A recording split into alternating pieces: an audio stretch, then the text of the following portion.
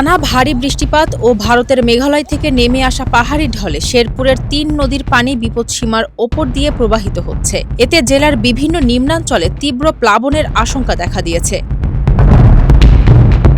আজ শনিবার সকালে পানি উন্নয়ন বোর্ড জানিয়েছে, চেল্লাখালী নদীর পানি বিপদসীমার ৪ সেন্টিমিটার ওপর দিয়ে বইছে। এছাড়া সোমেশ্বরী ও মহারশী নদীর পানিও এখন বিপদসীমার উপরে।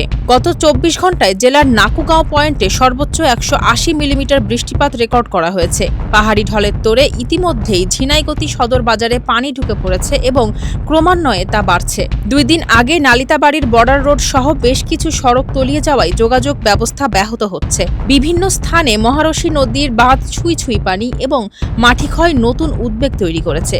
তবে পানি উন্নয়ন বোর্ডের নির্বাহী প্রকৌশলী সুদীপ্ত চৌধুরী জানিয়েছেন, বৃষ্টি কমলে ঢলের পানি নেমে যাবে এবং পরিস্থিতি সার্বক্ষণিক পর্যবেক্ষণ করা হচ্ছে। ফারজানা হাসিন, মানবকণ্ঠ।